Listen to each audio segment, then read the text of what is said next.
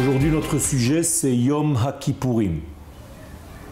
Contrairement à Rosh Hashanah, où pendant la prière, nous n'étions pas occupés à demander pardon pour nos fautes, car la journée n'était que couronnement du roi céleste sur le monde, eh bien, le jour de Yom HaKippurim, c'est exactement de cela que nous traitons, c'est-à-dire de la possibilité de demander pardon, de demander au Maître du monde de nous créer un accès à l'identité profonde et de demander aussi un nettoyage de notre être par rapport à tout ce que nous avons fauté, par rapport à tout ce que nous avons quitté de notre profondeur, de notre essence. D'ailleurs, le mot kapara, kippurim, veut dire tout simplement enlever quelque chose de superficiel qui s'est collé à nous pendant l'année. Et donc la kapara vient nettoyer l'homme de tout ce qui est étranger en fait à sa structure intérieure pour retrouver donc sa sérénité, sa santé morale, spirituelle, et bien entendu aussi cela a des répercussions au niveau de ce monde matériel.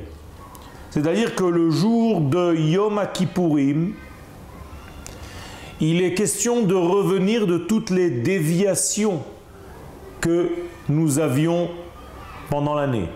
Ces déviations du chemin initial qui nous correspond, qui correspond à notre nature, à notre âme, et bien lorsque nous avons quitté ces chemins, il faut tout simplement revenir à notre identité.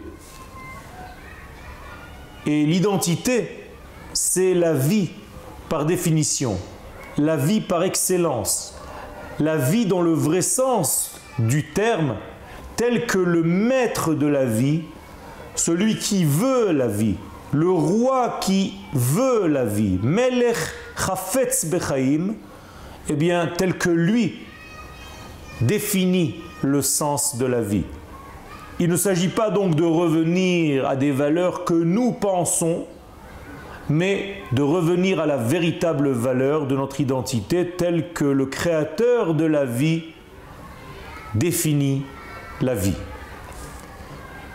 Et ce jour de Yom HaKippurim nous permet donc de réintégrer le mouvement naturel de cette vie, le mouvement naturel de ce flux divin qui se déverse et qui emplit de plus en plus la création du monde.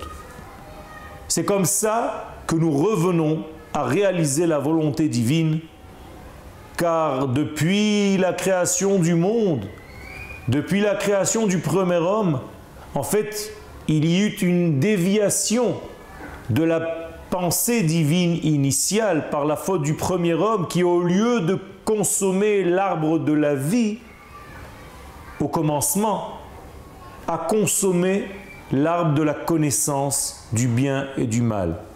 C'est une sortie de l'identité profonde, c'est une sortie de la vie, et donc la réparation est de revenir vers le véritable degré de cette vie. C'est ce que cette journée de Yom HaKippurim nous permet. On va voir dans les prochains cours comment.